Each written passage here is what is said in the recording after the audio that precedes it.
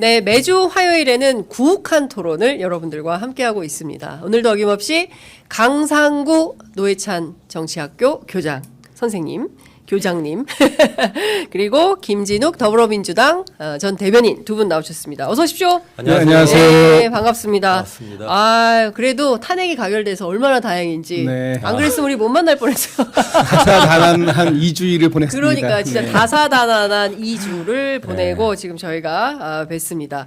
우리가 계엄이 해제됐기 망정이지 지금 나오는 정보들을 종합해 보면 무슨 생각을 한 거야 도대체. 이런 우리 다 의심이- 비원 벙커에 모여 있을 뻔했잖아.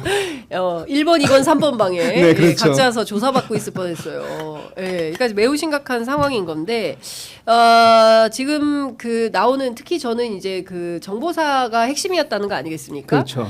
그런데 전직이에요. 전직 정보사 사령관이 사실상 계엄의 우두머리였는데 그 뒷배가 누구냐? 그러니까 노상원 그 전 정보사령관 이분이 오늘 저 추미애 국방위원 의원에 따르면 방첩사 안에도 합동수사본부단을 만들고 여기 제2단을 만들었는데 여기에 신문단도 있었고 뭐 등등이 있었다는 거예요. 그 중에 핵심이 노상원이다. 근데 이 노상원이 오비였고 이 오비를 움직인 게 김건희 여사 아니냐. 이에 대한 수사가 필요하다. 이런 주장까지 지금 나오고 있는 겁니다. 그러니까 참 그 김건희 여사가 문어발식 경영을 하려고 했었던 게 아닌가. 너무 다방면에 다양한 방면에 힘이 뻗고 있었나? 라는 의심이 들어요. 어떻게 보십니까? 인력풀이 너무 많았던 거 아니에요? 인력풀이? 네? 특히 쓸데없는 인력풀이 많았던 것 같은데 지금 이 수사가 경쟁적으로 이루어지는 부분이 뭐 일부 우려점도 있지만 오히려 검찰과 경찰, 공수처 이렇게 다양한 곳에서 속도감 있게 수사를 하다 보니까 사실 굉장히 빠르게 이 전모가 파악되고 있는 게 아닌가라는 생각이 좀 들고요.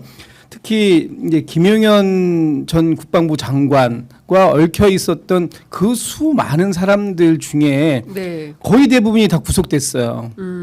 지금 이제 그 구속영장이 청구됐다가 안 된 그 누구죠? 정보사령관 네. 그분이 있는데 그분도 저는 곧 이제 문상호? 네. 곧 될 거라고 봅니다. 근데 왜냐하면 빠져나갈 수 없는 상황들이 너무 많아요. 지금 여기 뭐 이진우 수방사령관, 곽종근 특전사령관, 여인영 뭐 방첩사령관, 네. 또 조기호 경찰청장, 조지호 경찰청장 등등해서 관련자들이 서로 경쟁적으로 진술을 하고 있고 네. 이 진술들이 거의 이제 웬만큼 그림은 다 끼워 맞춰져 있는 것 같아요. 그래서 남아 있는 건 네. 이제 윤석열 대통령밖에 없다.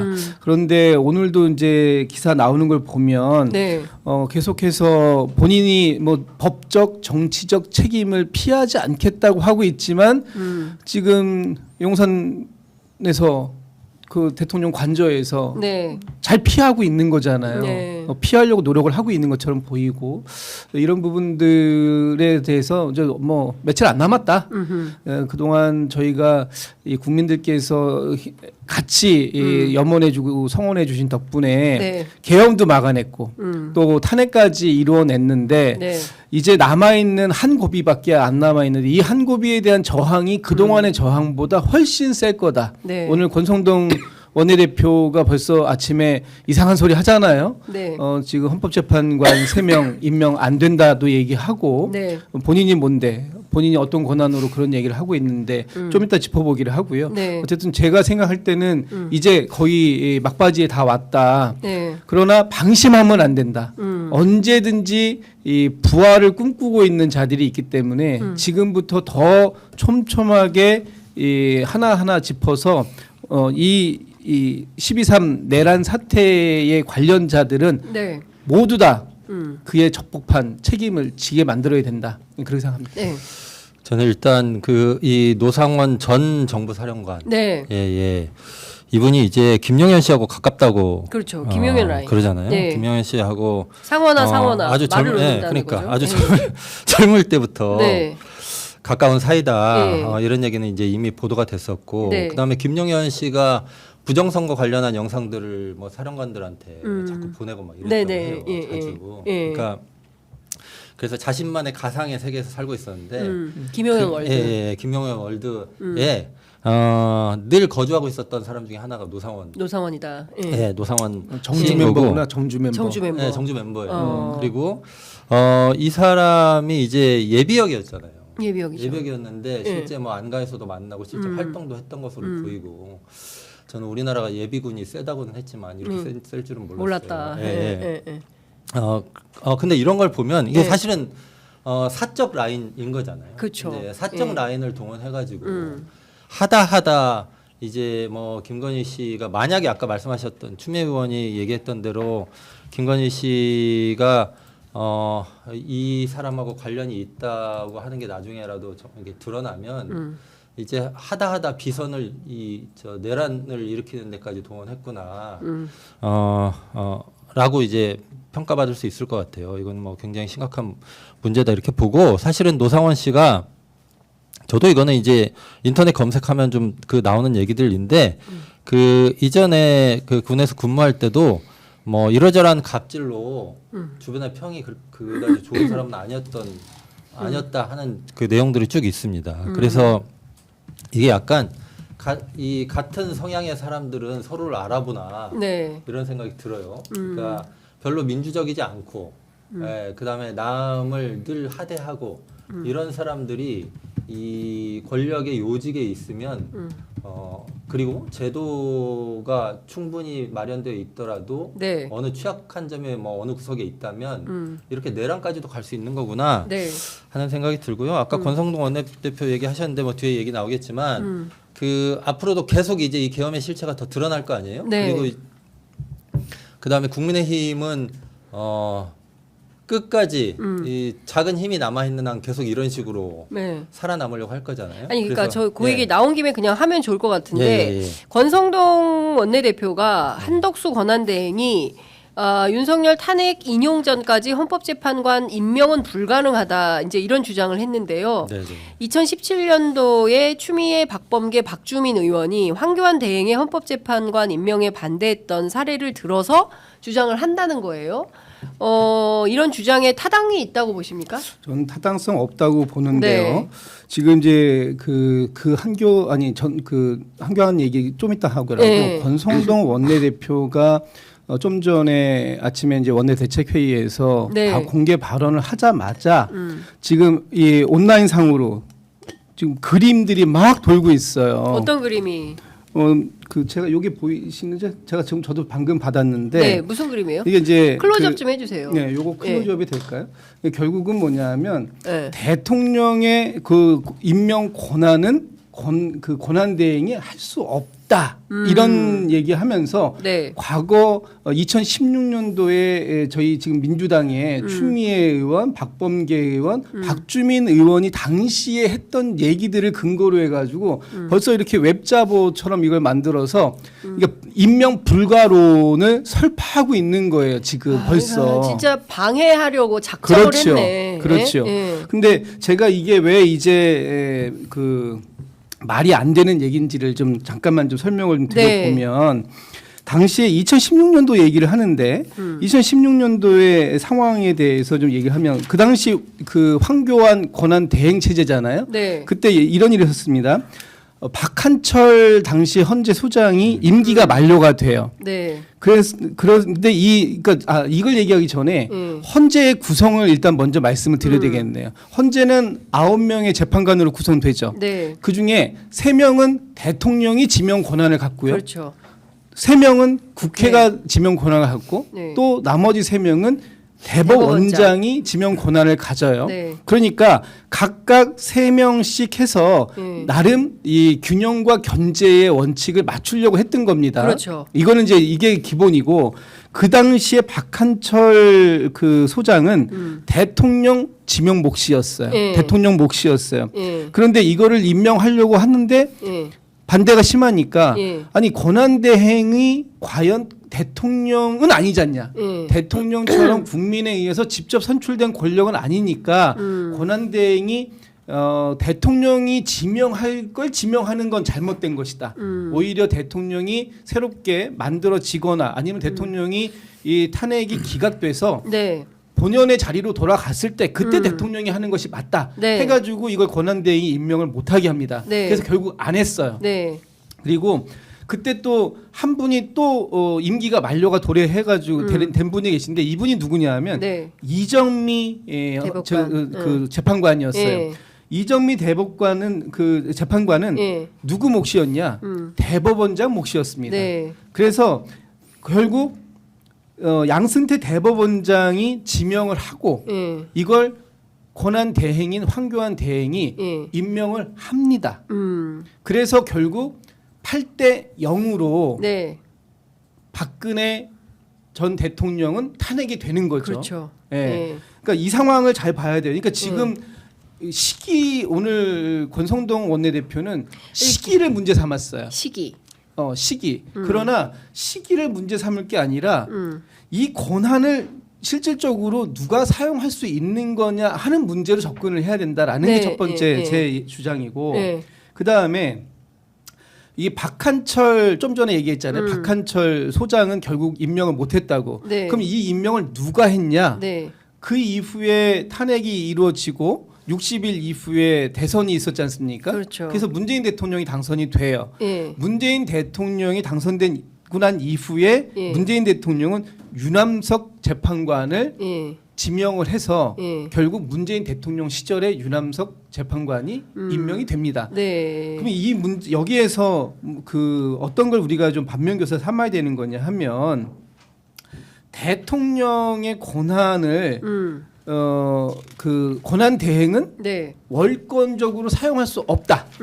이게 첫 번째인 것 같아요. 네. 그러면 지금 우리가 이번에 3명의 헌법재판관을 추천하지 않습니까? 네. 그런데 공교롭게도 이 세 분은 다 국회 몫입니다. 음. 그래서 국회 몫이라서 여당이 1명, 네. 지금 국민의힘에서 1명을 추천했죠. 네. 그분이 이제 조한창 변호사. 조한창 변호사고, 네. 그다음에 민주당이 다수당이기 때문에 2명을 추천을 했어요. 예. 정계선, 마은혁 후보. 예. 그러니까 이분들은 지금 국회 몫으로 추천이 된 거기 때문에 만약에 권한대행이 지금 이분들을 임명을 안 한다라고 네. 한다면 오히려 거꾸로 이 국회의 권한을 권한대행이 침해하는 게 되는 것이다. 아, 저는 그러네. 이렇게 그 예, 주장을 할 수 예, 예. 있다고 보고요. 예, 예. 그리고 어제 이제 헌법재판관들이 이제 출근하면서 예. 한마디씩 했지 않습니까? 네, 네, 네. 그때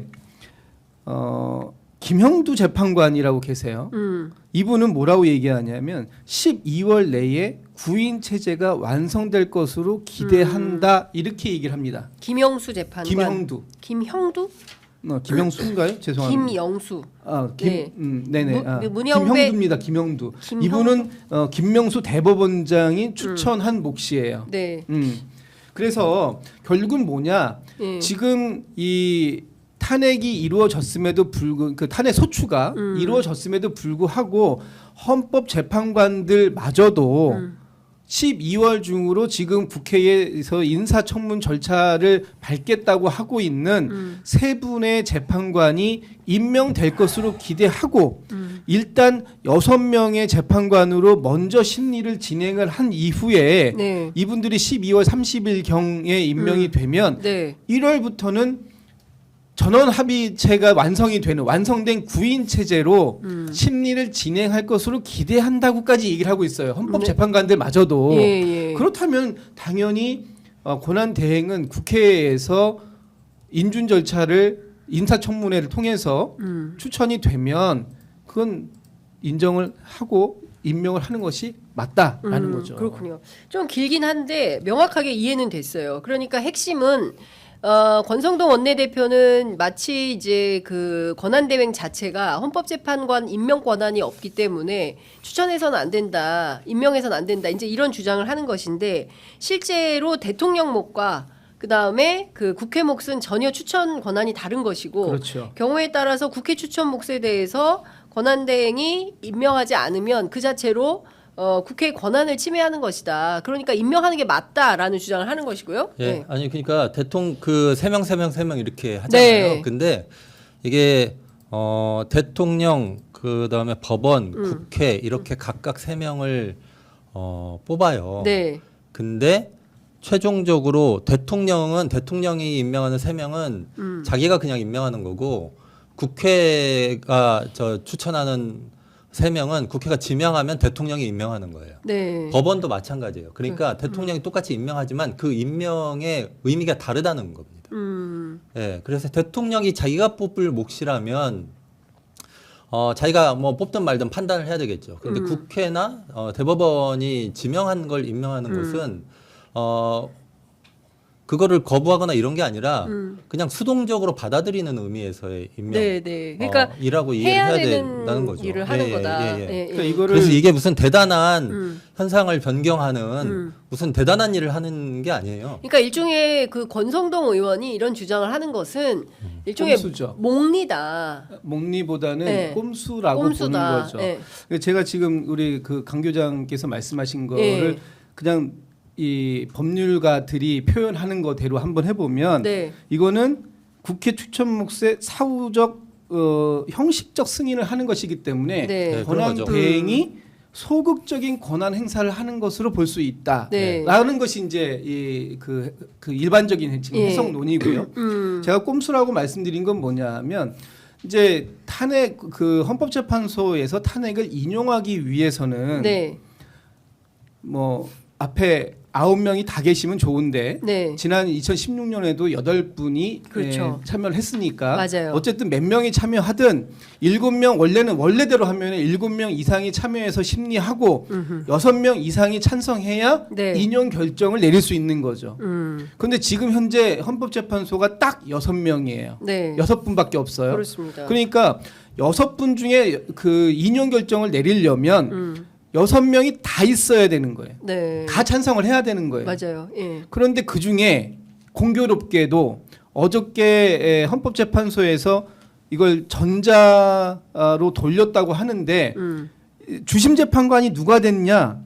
윤석열 대통령이 지명한 정형식 재판관이 주심 재판관이 되었잖아요. 네. 그렇기 때문에 정형식 재판관이 한 사람이라도 6명 중에 한 사람이라도 반대를 하면 5표밖에 안 되기 때문에 그렇죠. 이것은 기각이다. 그러니까 사실상 지금 권성동 원내대표의 이 오늘 발언은 헌재가 기각을 할 수 있는 요건을 만들려고 하는 거다. 그래서 꼼수라고 제가 이렇게 말씀을 드리는 거고 9명 중에 6명은 그 중에 한두 명이 반대할 수 있죠.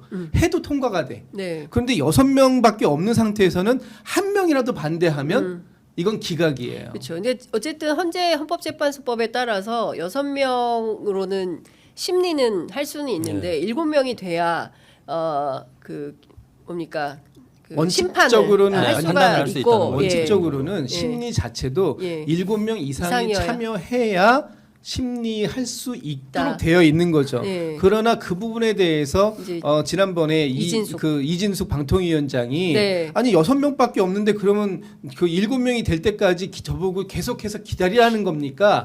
라고 가처분 신청을 냈기 때문에 네. 그거를 헌법재판소가 받아들여서 일단 심리는 6명도 할 수 있다. 있게 하자라고 한 것이지 네. 이것이 법적으로 완성된 건 아니잖아요. 그렇죠. 그러니까 지금 상태에서는 이미 여야에서 국회 몫으로 추천을 했고 그리고 인사청문 날짜도 지금 정해지고 네. 또 인사청문 위원들도 이미 정해졌어요. 그렇다면 이걸 진행하고 네. 그런 거기에서 그 선출되는 사람들이 국회에 아니 그 대통령이 어떻게 임명권을 갖고 네. 있으니까 권한대행이 임명하는 것은 국회에서 정해준 바를 따르는 것이기 때문에 선출된 권력들이라고 하는 국회가 이렇게 우리가 지명을 할 테니 임명해 주시오라고 한다면 권한대행일지라도 네. 이것은 따라야 되는 것이다. 그러니까 중요한 포인트는 이런 것 같습니다. 그러니까 벌써부터 잉크 마르기도 전에 지난 토요일 날 그 탄핵소추안이 가결된 거 아닙니까? 그러면 국민의힘에서는 반성과 자성 모드로 돌아가서 그 지난 내란 사태에 대해서 겸허히 받아들이고 자당의 문제는 무엇인지 윤석열 대통령으로서 잘못한 게 뭔지 따져보고 뭐 이게 아니라 오히려 역공하려고 원내를 중심으로 해서 벌써부터 그런 웹자보 같은 걸 만들어서 돌리고 반격의 기회를 엿보고 있다. 저는 이 포인트가 중요하고 네. 어제 박범계 그 법무부 장관 저희 프로그램 출연해서도 그 얘기를 했어요. 윤석열 쪽에서는 4월 18일 그러니까 이때는 문형배 이미선 두 분의 헌법재판관이 문재인 대통령 추천한 분들인데 이분들의 임기가 끝나는 끝나죠. 날이기 때문에 요때까지 버틸 것이다. 장광설을 늘어놓으면서 수많은 증인들을 신청해가지고 4월 18일까지 버텨가지고 대통령목 추천이 가능해지면 그때부터 반격을 할 수 있겠다라는 꼼수를 생각을 갖고 있다. 그렇기 때문에 그 전에 반드시 끝내야 된다. 근데 이제 법제처장 출신인 그 김영현 전 처장은 4월까지 안 간다. 그리고 헌법재판관들 다 보수적인데 너무 간단하기 때문에 이 내란 사건은 한 달 안에 끝낼 수밖에 없다. 이 얘기를 합니다. 나름 서울법대. 예, 우리 강 교장님. 이 와중에 그러니까, 서울법대 나왔어. 예, 아니 뭐 예. 저는 법은 잘 모르고요. 예. 아니, 법대 나오는데 법을 몰라요? 뭐 예, 그렇습니다. 여하튼. 네. 반성합니다. 예. 국민의힘은 반성을 안 하지만 저는 반성을 하겠고요. 그러니까 문제는 이 와중에도 결코 포기하지 않는다는 거예요. 국민의힘이. 유석열 씨가 마지막 담화에서 얘기했잖아요. 포기하지 않는다. 윤석열의 담화. 한동훈 대표도 그러니까. 포기하지 않는다. 그거 그래. 다 포기하지 포기하지 않는데 각자 자기 이거 놓겠다. 예, 예. 절대 안 아무도 놓겠다는 자기 거야. 걸 놓지 놓겠다는 사람 않아. 없어요. 예. 그러니까 반성 안 하죠. 예. 그다음에 탄핵 표결 직후에 뭐 무슨 의총하면서 뭐 거의 인민재판 수준으로 뭐 했죠. 찬성 반대 다 뭐 있어. 예, 색출하겠다. 예. 그러니까 한동훈 뭐 대표야 뭐 쫓겨난 거고 예. 헌재 구성까지 이런 식으로 개입하는 걸 보면 예. 윤석열 씨가 구속되고 법적 처단을 받고 그다음에 처단 무서워요. 그런 단어를 아예 안 써야겠군요. 네. 하여튼 법적으로 처벌을 받고 네. 그리고 탄핵 심판이 인용되기 전까지는 긴장을 늦춰서는 안 된다. 맞습니다. 예, 그래서 예. 제가 꺼진 불도 다시 보자. 예. 우리 어렸을 때 그거 포스터 많이 포스터. 많이 그렸는데 예. 꺼진 불도 다시 보자. 꺼진 줄 알았는데 예. 계속 살아나요. 예. 이거 보세요. 불씨가 계속 살아나죠. 그러니까. 건성동에 계속 불씨를 지피고 있는 거예요. 바람 예, 불면서. 예. 그러니 오늘만 이러겠습니까? 계속 그럴 것이다. 맞아요. 예. 예. 그리고 뭐 누굽니까 한덕수 총리 네. 그 헌법재판관 임명 뭐 문제도 이렇지만 네. 이 문제로 끝나지 않을 거 아니에요. 한덕수 네. 총리가 행사하려는 혹은 행사하면 안 되는 여러 가지 권한들에 대해서 감나라 배나라 계속 할 거거든요. 네. 예. 그러니까요. 그러니까 네. 지금 중요한 것은 국회에서 첫 번째 관문인 탄핵소추안이 가결된 것뿐이다. 네, 지금 그렇죠. 단계는 그러니까 1단계 고비를 넘은 것이고, 자 2단계 헌법재판소 진입을 해서 헌법재판소에서 대통령 윤석열을 파면한다. 그러니까 2017년 3월 10일 헌법재판소에서 이정미 권한대행이 대통령 박근혜를 파면한다라고 외쳤던 그것처럼 똑같이 네. 이 목소리가 나올 때까지는 대통령의 지위를 누리려고 하고 뭐 관저도 이용을 하고 뭐 이러는 거 아니겠습니까? 예, 그리고 그렇죠. 월급도 다 받는다면서요. 네, 네. 그래서 이것도 민주당에서는 월급 못 받게 해야 된다. 이제 이런 얘기를 하고 있는데 중요한 포인트는 우리가 지금 중반도 가지 않았는데 여기서 마치 다 된 것처럼 관심의 끈을 놓아서는 안 된다. 들뜨면 안 돼요. 그렇죠. 들뜨면 안 된다. 소추안만 가결된 맞아요. 거다. 제가 이제 그러니까요. 막간을 이용해서 아까 제가 네. 보여드렸던 그거를 저희 제작진한테 네, 좀 이거를 이게 예, 이제 던져주세요. 혹시 오해가 있으니까 예, 예. 또 저 국민의힘에서 이 방송 다 모니터링 하니까 아 세게 모니터예요. 국민의힘에서 만들어 돌린 거라는 건 아닙니다. 아 이게 지금 여기 보면 맨 밑에 그 뭐 버즈 저스티스라고 해가지고 만든 분이 이렇게 표시를 해놨는데 네. 보수 쪽에서 지금 이런 움직임이 있다. 움직임이 있다 이런 예, 말씀을 예. 드린 거지. 예. 국민의힘에서 만들어서 조직적으로 돌렸다 이런 말씀 드린 거 아니라는 거 말씀드리고요. 아, 그거 진짜 중요해요. 국민의힘에서 또 고발할 수 있기 그러니까. 때문에. 이거 말씀드리고 지금 저는 이제 어제 그 국민의힘이 탄핵 속추안이 가결되고 난 다음에 첫 번째 의총을 했잖아요. 네. 네. 저는 그 의총 결과를 이렇게 얘기하는 걸 보면서 사실 제 두 눈과 귀를 이렇게 다시 만져보고 의심했어요. 2016년도에도 탄핵이 됐을 때 박근혜 전 대통령이 탄핵됐을 때 네. 탄핵안이 소추됐을 때 최소한 뭐 반대표를 던진 사람도 있고 찬성표를 던진 사람도 있었지만 네. 어쨌든 당에서 나온 목소리는 메시지는 이런 이 불행한 사태가 초래된 데에 대해서 네. 반성한다. 이런 목소리였던 것 같아요. 네. 제 기억에 정확한 워딩은 기억 안 나지만 근데 어제 같은 게 어땠습니까? 그런 메시지가 전혀 없어요. 그러니까 집권 여당에 소속된 대통령이 탄핵 소추를 됐는데 여전히 억울하다는 생각밖에 없는 것이지. 네. 그 12.3 비상 계엄이라는 것 때문에 뭐 총 들고 완전 무장한 그 군인들이 또 경찰들이 국회를 에워싸고 국회에 난입해서 군홧발로 이 민의의 전당을 짓밟았던 이런 상황들에 대해서 놀랬던 국민들에 대해서 죄송한 마음이나 사과하는 마음도 없고 또 지금 이런 사태를 미연에 막아내지 못한 것에 대한 책임감이나 반성도 없고 아무것도 없는데 제일 힘줘서 얘기한 부분이 뭐였냐 하면 이재명 대표 욕하는 거였어요. 그러니까요. 이재명 대표가 헌법재판소가 빠르게 지금의 상황을 끝내 정리해 주길 바란다. 심리를 빠르게 해 주길 바란다라고 얘기했더니 이재명 대표는 왜 자기 사법 리스크에 대해서는 침대 축구하면서 헌재만 얘기하냐? 그 헌재 얘기할 거면 당신 것도 빨리 해달라고 얘기해라. 이렇게 얘기하더라고요. 오늘 공판 출석하던데요. 아 그러니까. 네. 근데 그러면 네. 저는 오히려 네. 이재명 대표한테 빠르게 당신도 그러면 당신의 사법 리스크를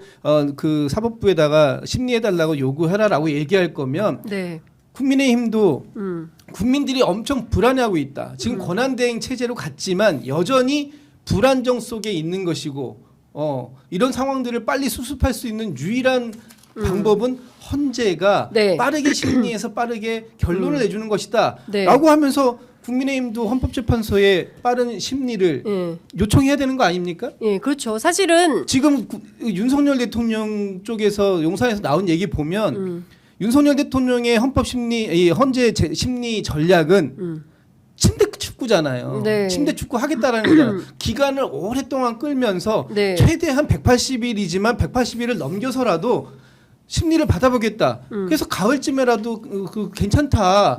뭐 물론 월급 받으면서 대통령의 이 권한만 없지 실질적인 건 다 누리면서 하니까 일 안 하니까 좋겠지. 예. 집에서 그냥 뭐 산책하고 술 마시고 뭐 이럴 수 있으니까 좋을 텐데 네. 그렇지만 그 부분에 대해서는 왜 지적을 안 하는 거예요. 그렇죠. 그러니까, 그러니까 지금 뭐 오디오 문제가 있다고 얘기가 있는데요. 그거 좀 체크를 좀 해주시기 바라고요. 네. 그리고 제가 좀 더 네, 부연하시죠. 예. 그 국민의힘은 이게 일단 내란 초기에 그래도 잠깐이지만 정신이 있었던 사람은 한동훈 대표 정도인데 쫓아냈잖아요. 네. 근데 탄핵 표결 다음 날 뭐 여러 중진 의원들이 페이스북에도 글 쓰고 뭐 여기저기 말도 하고 뭐 이랬는데 그 중에 제가 인상적인 문구가 하나 있어가지고 가져왔어요.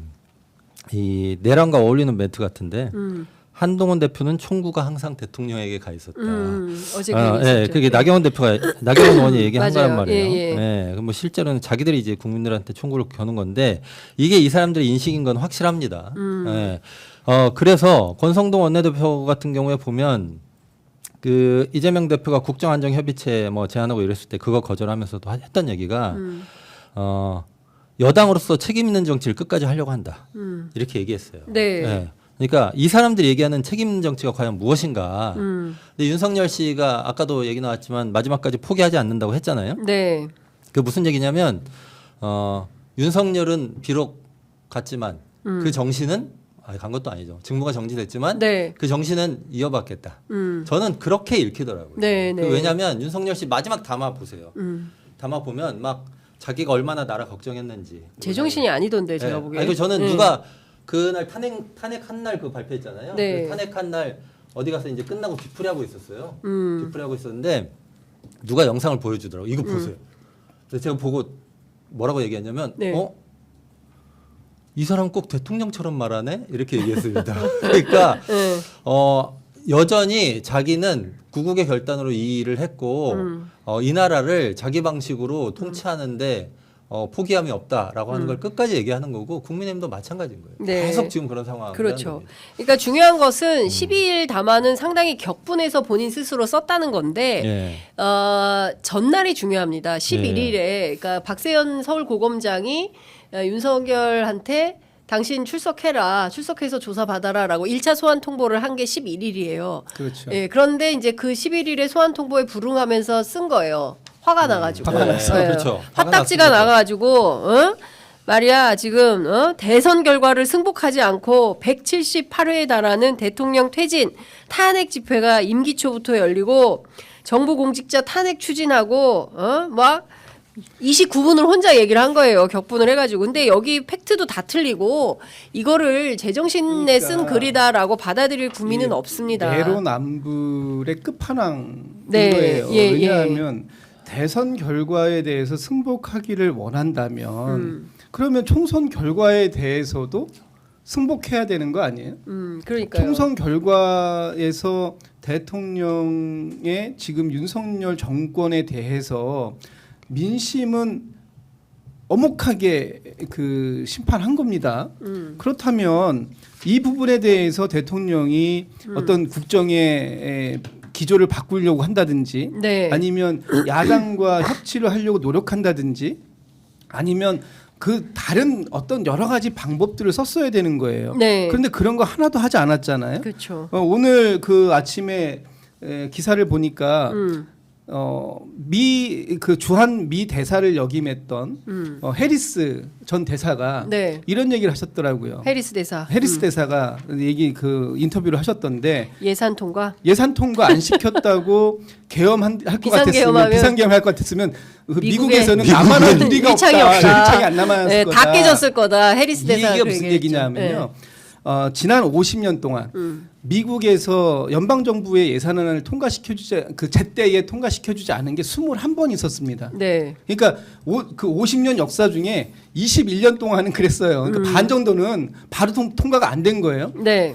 지금 트럼프 대통령 2기 체제가 되는데 트럼프 대통령이 집권하던 시절인 2018년, 2019년도에도 그랬고 네. 그래서 연방 정부가 셧다운이 됐어요. 그러니까 이제 마비가 온 거죠. 무려 장장 35일 동안 마비가 온 적도 있습니다. 네. 그렇다고 해가지고 이 발끈하기 좋아했던 트럼프 대통령이 비상계엄 선언했냐? 네. 안 해요.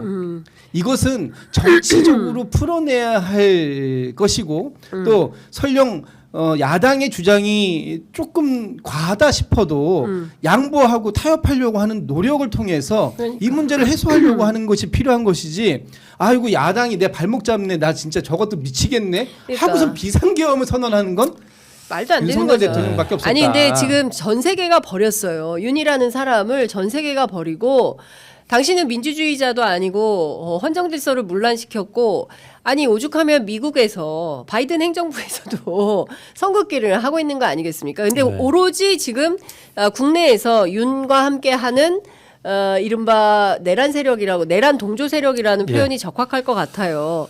그러니까 국민의힘에 있는 85인 탄핵에 반대했던 그 85명이 그 잔존 뿌리를 유지하면서 반격의 기회를 엿보고 본인들이 가지고 있는 법 기술로 얼마든지 이것은 돌파가 가능하다 이런 판단을 하고 있는 것이다. 그렇기 때문에 여전히 그 망상 속에서 살아올 수 있는 여러 가지 법적인 그 어떤 매개고리를 통해서 살아올 수 있다 이렇게 믿고 있는 거 아닌가. 그래서 계속 이런 궤변을 언론을 통해서도 설파하고 홍준표 시장 같은 사람 계속 되지도 않는 얘기를 하고 이런 거 아닌가 싶어요. 네, 맞아요. 네. 그래서 저는 그러나 시간이 국민의힘 편이 되기는 쉽지 않을 거다 이렇게 봅니다. 그렇죠. 왜냐하면 각종 특검들이 뒤에 줄줄이 맞습니다. 남아 있고요. 네. 그리고 저는 이러저런 얘기는 이제 시간 있으면 할 텐데 네. 무엇보다도 이 점을 좀 진지하게 이제 검토를 해봐야 되지 않을까 싶은데 과거에 통진당이 위원정당 이라고 해산됐잖아요. 네.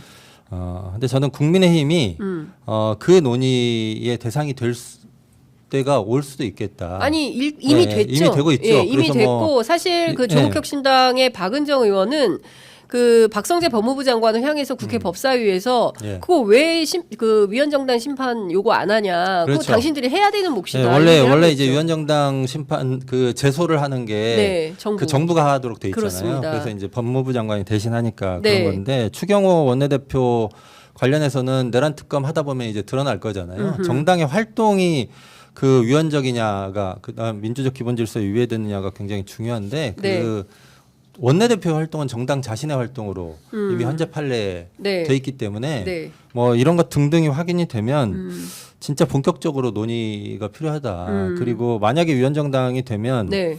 뭐 해산하고 대체 정당 못 만들고 비슷한 이름 당 못 만들고 네. 자녀 재산 다 처분하고 네. 소속 의원들 다 자격 상실해요. 맞아요. 이게 예, 예. 저는 국민의힘이 계속 이런 식으로 나오면 사람들이 분노를 참다가 이제 본격적으로 뭐 이제 박은정 의원께서도 제기하셨다고 하셨지만 이제 국민들 다수의 입에서 네. 이 얘기가 나올 수도 있겠다. 예. 이제 뭐 그런 상황을 대비를 해라. 그렇습니다. 미리 말씀드립니다. 네, 네. 네, 예. 자기 살궁리를 이런 식으로 예. 조잡하게 하지 말고. 네. 근데 저기 제가 한마디만 첨언을 네, 드리면 네.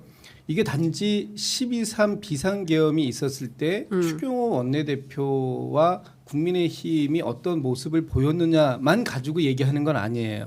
그 이후에 국민의힘의 태도, 네. 국민의힘이 보여주고 있는 아니, 모습들, 오늘 이 순간. 그러니까 지금 이 예. 순간까지 예. 그러니까 뭐 지난 12월 7일 날 1차 표결 때 다 표결에 불참하고 예, 했던 모습들, 국민의힘 당사로 예. 가 있고 뭐 그런 예. 모습들 예. 또 그리고 그 이후에 계속해서 끊임없이 이런 과정들을 그 계엄을 옹호하고 예. 내란을 옹호하고 하려는 모습들 이런 것들이 다 지금 하나하나 차곡차곡 이게 그렇죠. 쌓이고 있는 것이다. 맞아요. 네, 저 강성규 교장 말씀에 제가 좀 첨언을 드리고 지금 국민의힘에서 윤석열 대통령도 궤변인데 네. 국민의힘도 정말 궤변을 너무 많이 늘어놓고 있잖아요. 예. 가장 제가 이해가 안 가는 궤변이 뭐냐면 계엄은 잘못됐대. 비상계엄은 잘못됐다.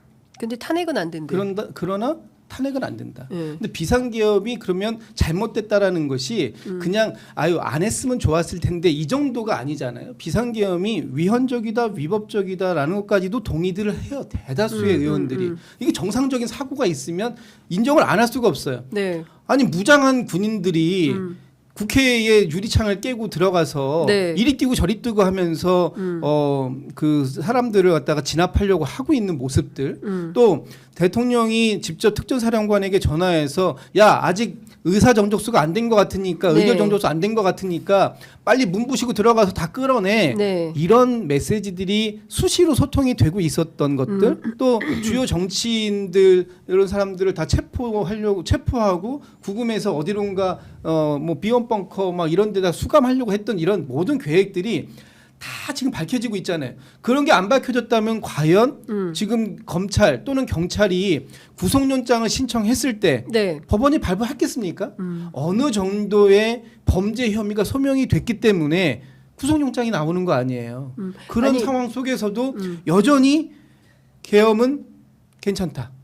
이거는 진짜 저는 이런 문제가 그렇죠. 이런 걸 그러니까 이런 거 이해가 같아요. 납득이 안 된다. 조금 더 살펴보면 이제 한동훈 대표마저도 쫓겨나는 거잖아요. 가장 상식적인 그렇지. 판단을 한 분도 찍어내기를 통해서 저는 제일 황당한 게 이제 장동혁 최고위원인데 장동혁 최고위원 같은 경우에는 수석 최고로서 한동훈 대표와 원팀이다라는 걸 강조해서 최고위원에 당선된 사람이에요. 그런데 막판에 이렇게 되니까 제일 먼저 자기가 탄핵이 가결되면 그만두겠다 해서 사인 체제를 무너뜨려 버리지 않습니까? 네. 결국은 한동훈 대표 쫓아내는 겁니다. 그러니까 그런 정당이에요. 이 당은. 그러면 그러니까요. 뭘 위한 거냐? 핵심은 소위 얘기하는 보수 정당의 기본 가치인 국익과 국민에 부합하는 게 아니라 당리당략, 개인적 이익, 명태균 게이트가 열렸을 때 혹여라도 그 불똥이 나에게 튈까봐 그래서 나도 혹시 감옥 가게 되지 않을까? 나도 수사 대상이 되지 않을까? 자기 생각을 하니까 이런 비겁한 선택을 하는 겁니다. 네. 저는 이제 그렇게 보고요. 물론 뭐 한동훈 대표 얘기 나와가지고 한동훈 대표도 뭐 잘한 건 없는데, 그렇죠. 예, 뭐 그러니까 뭐 예를 들어서 한동훈 대표는 2주간 더 이상 더 잘할 수 없을 정도로 우유부단했잖아요. 그렇죠. 예, 네. 계속 우유부단했어요. 네. 그러니까 이제 우유부단이 아니라 저는 네. 자기가 권력을 쥐었다고 착각한 것 같아요. 아. 네. 그러니까 제가 봤을 때는 계속 계산을 해요. 머릿속으로. 결단을 해야 될 때 계산을 하고 앉아 있어요. 그러니까 이게 이제 약간 이 주판을 튕길 게 아니라 주판을 들어가지고 네. 윤석열을 내려쳤어야 되거든요. 그렇죠. 네. 근데 그걸 계속 계산하고 있으니 네. 국민들 보기에는 우유부단한 거예요. 상황이 급변하는데 거기에 적응만 하느라고 자기 이익은 아무것도 놓지 않은 네, 상태에서 맞아요. 한동훈 대표는 문제다 일단 말씀드리고 그러나 근데 되겠습니까? 국민의힘도 이제 제가 보기에는 뭐 다시 뭐 거기도 뭐 네. 저 포기하지 않겠다고 해서 다시 네. 이제 대선 주자로 등장할 것 같은 여운을 남기며 네, 표표히 네, 네. 사라졌어요 어제 네, 네. 국회에서. 쉽지는 않아 보이지만. 근데 과연 한동훈 대표가 다시 국민의힘 대선 주자로 살아올 수 있을 것이냐 이제 중요한 관전 네네. 포인트인데 제가 어제 관련해서 국민의힘 취재를 했더니 다시 소환될 수밖에 없다. 왜냐 국민의힘에 대선 주자가 없기 때문에 한동훈은 다시 그들에 의해서 불려 올려 세워질 것이다. 라고 예측을 해요. 네. 어떻게 보세요? 대기실 민심에 빠른 우리 김진욱 대변인. 그거는 이제 기대감이기도 하고 현실론을 반영한 거일 수도 있어요. 그러나 결과적으로는 그게 쉽지는 않아 보인다. 네. 두 가지 관문이 있는데 네. 첫 번째 관문은 당내 관문이잖아요. 그렇죠. 당내에서 경선을 치러야 되는데 이번에 워낙 세게 배신자 프레임이 씌워져 있기 때문에 네. 과연 당내 경선을 통과할 수 있을 것인가. 제가 볼 때는 이 윤석열 대통령이 수류탄에 안전피를 뽑은 채 그걸 진영 내에다가 던졌단 말이에요. 맞아요. 그런데 지금 국민의힘에서는 어떻게 생각하냐 하면 그 수류탄은 어차피 터질 거였는데 그거를 안전하게 해체하려고 했던 한동훈이 아니라 그 이미 뽑혀져 있는 안전핀이었음에도 불구하고 한동훈이 그 안전핀을 뽑아서 진영 내에서 터뜨렸다. 이렇게 생각하는 그렇지. 거거든요. 한동훈 네가 더 미워. 이런 그러니까. 거잖아요. 그렇지. 네. 야 한동훈 네가 안 건드렸으면 안 터졌어라고 그러니까. 생각하는데 네. 정말 안 터졌을까요? 네. 이미 그거는 터질 수밖에 없는 폭탄이었는데 맞아요. 네. 그것을 해체하려고 했던 한동훈이 배신자가 되어버린 이런 상황을 과연 이 경선에서 어떻게 극복할 수 있느냐가 첫 번째 관문이고 전 두 번째 관문은 대선 관문이라고 봐요. 실제 만약에 거기서 그 관문을 어렵사리 네. 그래도 이 국민의힘에서 당시에 비상계엄에 목소리를 냈었던 이건 잘못된 것이다라고 목소리를 냈었던 사람이 한동훈밖에 없지 않느냐라고 아하. 해서 그걸 인정받아서 대선 후보가 된들 두 번째 관문이 이제 일반 국민들에게 직접 평가를 받는 대선이잖아요. 네. 여기에서 이 당명을 그 사이에 바꾸겠습니까? 못 바꾸잖아요.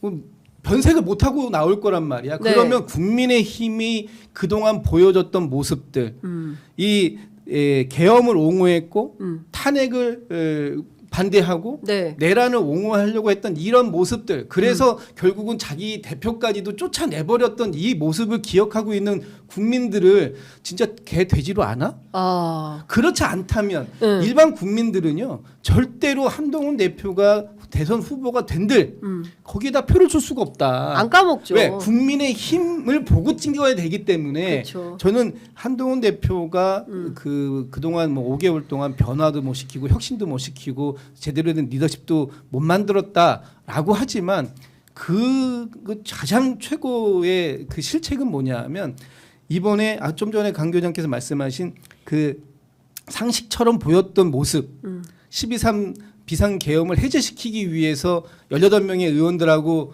쫙 가서 본회의장 앞에서 반대한다. 이 위헌적이고 위법적인 걸 몸으로 막겠다라고 해서 보여줬던 그 모습이 초지일관하게 지켜지지 않았던 그것에 대한 것이 가장 큰 실책이었다. 그래서 저는 그리고 그건 네. 어떻게 보세요? 저 배신자 프레임 말이에요. 그 그건 뭐, 유승민 한동훈한테 끊임없이 배신자라고 홍준표 시장이 저격을 하는데 저는 그걸 자꾸 보도하는 언론이 더 큰 문제라고 생각해요. 홍준표 시장의 말을 그만 옮겼으면 좋겠어. 왜냐하면 말도 안 되는 소리를 언론이 계속 확대 재생산을 하니까 마치 그게 주류 담론인 것처럼 오인을 하게 되는 거예요. 그러니까 중요한 것은 아니 국가와 국민에 대해서 배신을 하지 말아야지. 그럼 내란 세력을 그럼 옹호하란 말이에요? 저는 그거 어떻게 보세요? 아니 그러니까 그 민주주의에 반하는 이야기를 하는 사람들에게 네. 공론장에서 마이크를 주면 안 되죠. 그렇죠. 예, 저는 뭐 그렇게 생각하고. 네.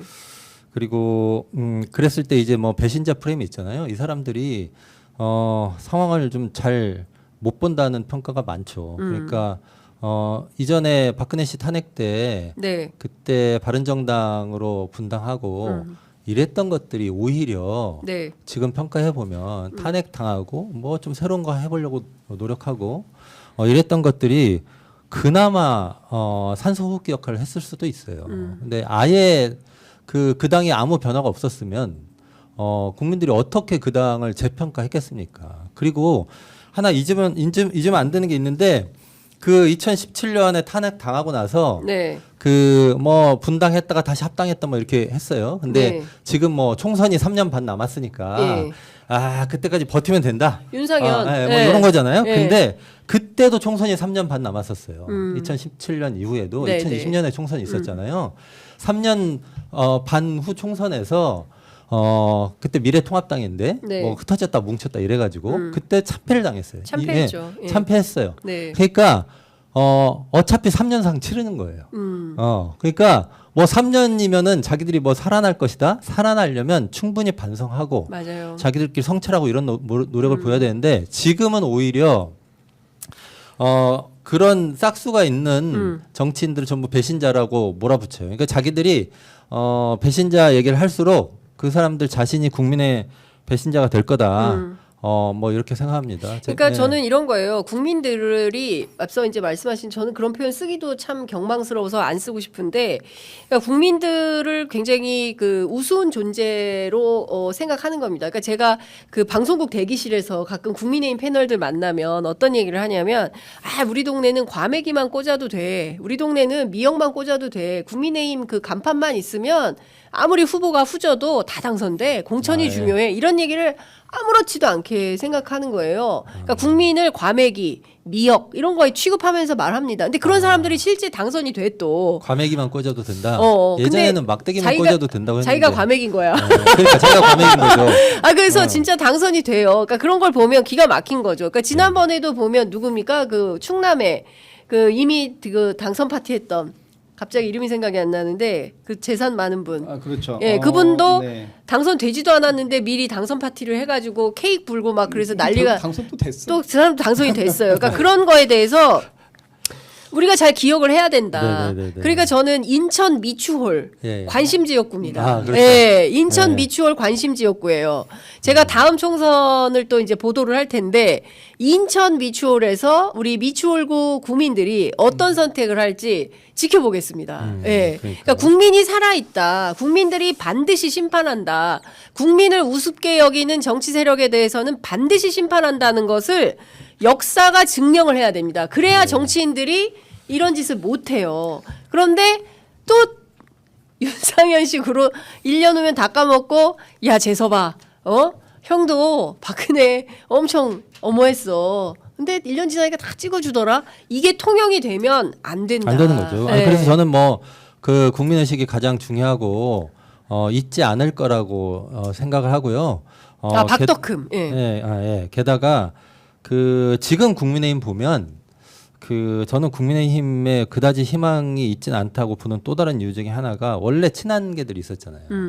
근데 이제 탄핵 표결하고 뭐 이렇게 하면서 그마저도 이제 친한 개가 안 친한 개가 됐잖아요. 이제 친한 개가 안 친한 개가 됐어요. 네. 그러면서 이제 근데 이 사람들 가만히 보면요, 이 사람들조차도 새로운 흐름을 만들 생각을 하는 게 아니라 그 당에서 자기 살 길만 찾고 있어요. 맞아요. 예, 예. 그러니까 친윤계만 문제가 있는 게 아니라요. 그나마 뭐 희망이 있다면 뭐 이전에 구 친한계들일 텐데 네. 이 사람들도 전부 진짜 자기 생각만 한다는 거예요. 그러니까 네. 자기 생각하는 건 다 똑같아요. 그래서 국민의힘은 더 희망이 없다고 사람들이 평가할 그러니까요. 것이다. 그러니까 저는 그래서 이걸 잊지 말자. 맞아요. 국민들은. 그리고 저는 이번 탄핵 이후에 대한민국의 정치에 이제 새로운 재편이 필요한 건데 정말 새로운 저는 아직 대한민국에 제대로 된 진보 정당이 없다고 생각을 하거든요. 그러니까 진보 정당이 새로 출연을 해야 됩니다. 왜 한숨 쉬세요? 장상우 교정이 보셨습니까? 예, 노회찬 정치학교 좀 적극적으로 일해야 돼요. 그래서 저는 좀 새롭게 진보 정당도 생기고 민주당이 저는 중도 보수 정당 스탠스라고 생각을 합니다. 그렇지 않습니까? 그렇게 해서 좀 역사를 재편할 필요가 있다. 그러니까 이게 박근혜 국정농단 사태 때도 계속 얘기를 했는데 어느 틈엔가 다시 또 살아와가지고 국회에 또 108석이나 되는 의석을 차지하고 앉아있고 결국은 내란을 일으키고 내란을 동조하고 끊임없이 역사를 부정하는 행위를 하고 있는 세력들이 남아있다. 이러면 대한민국 정치 발전에 좋지 않은 거죠. 그러니까 네. 새로운 역사가 필요하다. 이런 생각이 좀 듭니다. 예, 그래서 저는 이게 이제 윤석열 씨가 탄핵되고 뭐 실형을 받고 이렇게 한다고 해서 끝나는 게 아니라 그 다음에 중요하다는 얘기를 네. 이제 본격적으로 조금씩은 해야 된다고 봐요. 그리고 이재명 대표가 지난번 탄핵 끝나고 집회 때 제 현장에서 들었는데 어떻게 얘기하셨냐면 지난 촛불혁명으로 세상이 바뀌는 줄 알았지만 권력은 바뀌었는데 왜 나의 삶은 바뀐 게 없느냐? 이 사회는 왜 바뀌지 않았느냐? 그렇게 질타하신 분들을 그 많은 국민들의 따가운 질책을 기억하고 있다. 이제는 새로운 민주주의, 국민이 직접 참여하는 현장의 민회 같은 민주주의를 시작해보자 이렇게 얘기를 했어요. 저는 이재명 대표가 네. 그 얘기할 때 진짜 그 인식이 진짜 네. 공감이 많이 됐어요. 네, 저는 그래서 이게 진짜 중요하다고 생각하고 맞아요. 예. 우리에게 새로운 민주주의라고 하는 게 무엇인가를 네. 논의해야 된다고 생각해요. 맞아요. 예. 그러니까 지금 엄청난 과제들이 있습니다. 아까 이제 우리 이윤기 의원께서 그새 또 까먹었는데 스키즈? 예, 그 스키즈 그 응원봉 가지고 아, 예. 오셨는데 응원봉이 대한민국을 살린 거예요. 예. 10대, 20대, 30대 이 젊은 유권자들 특히 여성들이 전부 대거 나와서 장갑차, 군인차 에워싸고 둘러싸서 이 나라를 구한 겁니다. 이 시민의식이 살아있는 한 대한민국의 민주주의는 절대로 후퇴하지 않는다. 저는 또 30년 우리가 살아갈 수 있는 자산이 이번에 생겼다라고 생각을 합니다. 저도 이제 한 말씀만 좀 드리면 네. 윤석열 대통령이 우리 사회에 그동안 기여한 게 1도 없었는데 저는 이번에 하나는 기여했다고 봐요. 뭘 하나는. 기여했어요? 예. 우리가 그동안 우리 사회의 민주주의는 이미 성숙했다. 그리고 이 민주주의가 발전하면 발전했지 후퇴할 일은 없을 것이다라는 굳건한 믿음이 있었잖아요. 네. 그런데 우리의 믿음을 다시 한번 확인하게 만들었다. 우리의 민주주의도 언제든지 잘못된 권력이 온다면 후퇴할 수 있는 그런 허점은 있다. 그렇죠. 이런 허점을 다시 한번 정비하고 우리가 그 부분에 대해서 어떻게 설명해야 될까요? 네. 뭐 하여튼 지금 상황에서 우리가 가지고 있을 수 있었던 그동안 공기처럼 느꼈던 민주주의라는 것이 얼마나 우리의 노력이 다시 필요한 것인지 우리가 네. 노력하지 않으면 이것은 언제든지 뺏길 수도 있는 그런 것이었다라는 걸 그렇죠. 환기시켜준 맞아요. 그런 뭐 일조는 했다고 보고요. 거기에 이번에 응원봉을 들고 나왔던 이 10대, 20대 앞으로 이분들은 이 기억을 평생 가져갈 것이다. 그럼요. 예. 그렇다면 이분들이 앞으로 뭐 민주당을 응원을 해주시면 제일 감사하겠지만 어쨌든 우리 사회에서 큰 소중한 경험을 얻고 앞으로 살아갈 수 있는 상황이 됐기 때문에 네. 민주주의가 얼마나 소중한 것인지에 네. 대해서 다시 한번 느끼는 그런 계기점을 만들었다 이렇게 그렇습니다. 보고 있습니다. 예, 진짜 뭐 그 부분은 뭐 더 말할 나위는 없고 크림소다님께서 K 문화 민주주의 이렇게 네. 명명을 해주셨어요. 네, 맞아요. 저는 뭐 응원봉 민주주의 이렇게 부르고 있는데 세계가 놀란 그렇습니다. 민주주의죠. 아니 미국이 그랬대잖아요. 야 트럼프도 저 비상계엄 할 수 있는데 미국 같으면 저거 못 막는다. 한국의 성숙한 시민들이니까 질서 있게 그리고 평화롭게. 우리는 절대 그런 게 없잖아요. 그렇죠. 뭐 어쨌든 폭동이나 이런 게 없고 그 평화롭게 집회하고 다 질서를 지키고 끝난 다음에 휴지까지 걷어가는 센스. 대단한 그 의식이 있는 시민들입니다. 그러니까 민주주의 대표적인 나라 그러면 제일 먼저 우리가 미국을 꼽잖아요. 네. 그럼 미국이 지난 2020년에 의회 폭동 사건이 난입 있었잖아요. 사건이 난입 있었잖아요. 사건이 예. 있었잖아요. 그때 의회가 불탔어요. 그리고 그걸 또 뒤에서 방조하고 조장했다고 하는 그걸 욕을 먹은 게 또 트럼프 대통령이기도 그렇죠. 네, 하고. 맞아요. 그런데 그때 또 한편으로 보면 앤디 김 이번 상원 의원 되신 분은 거기에서 묵묵히 이 합동을 일으켰던 사람들이 버리고 갔던 쓰레기 잔해나 이런 걸 치우면서 또 상원 의원이 되기도 했고 또 그 민주주의 그런 민주주의를 지켜본 우리 국민들은 우리 손으로 국회를 지키겠다고 응원봉 들고 나오시고 이런 모습들이 이 역사에서 끊임없이 반복되고 또 그 반복되는 역사 속에서도 우리처럼 이렇게 평화롭게 진일보 시킬 수 있는 네. 그런 그 K 문화 뭐 이런 것 K 민주주의 뭐 이런 것들이 이번에 선보인 게 아닌가 싶습니다. 이게 저는- 저희가 지금 예. 저기 그 자막이 없어가지고 누구냐고 자꾸 궁금해하시는데 더불어민주당 김진욱 대변인입니다.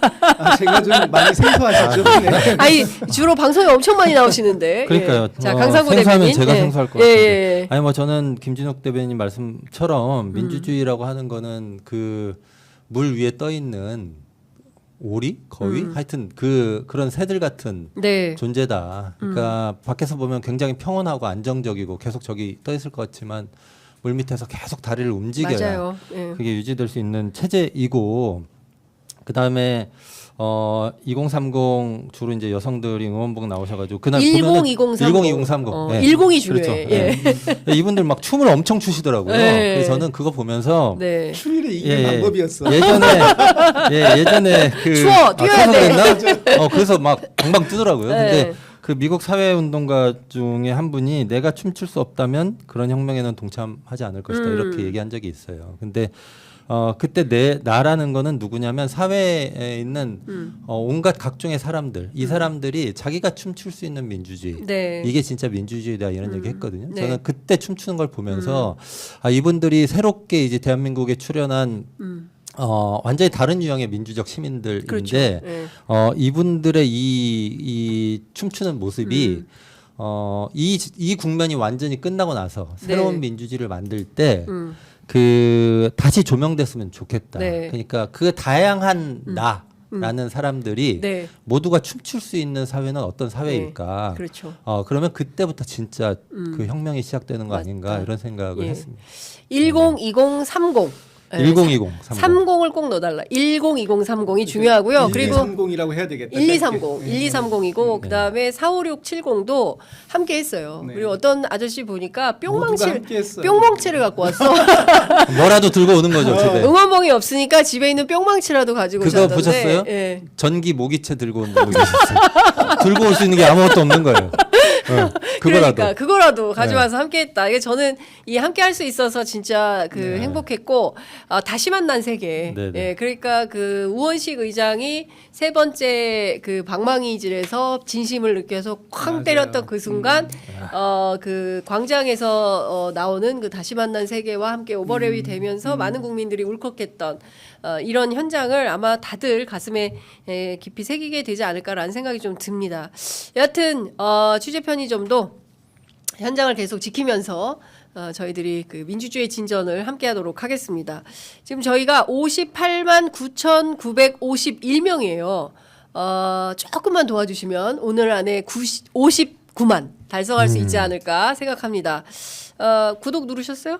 그럼요. 취재 편의점. 당연하죠. 고맙습니다. 아유 감사합니다. 네. 저 깜짝 두 분. 놀랐습니다. 내가 누른 건 구독이 아니었나?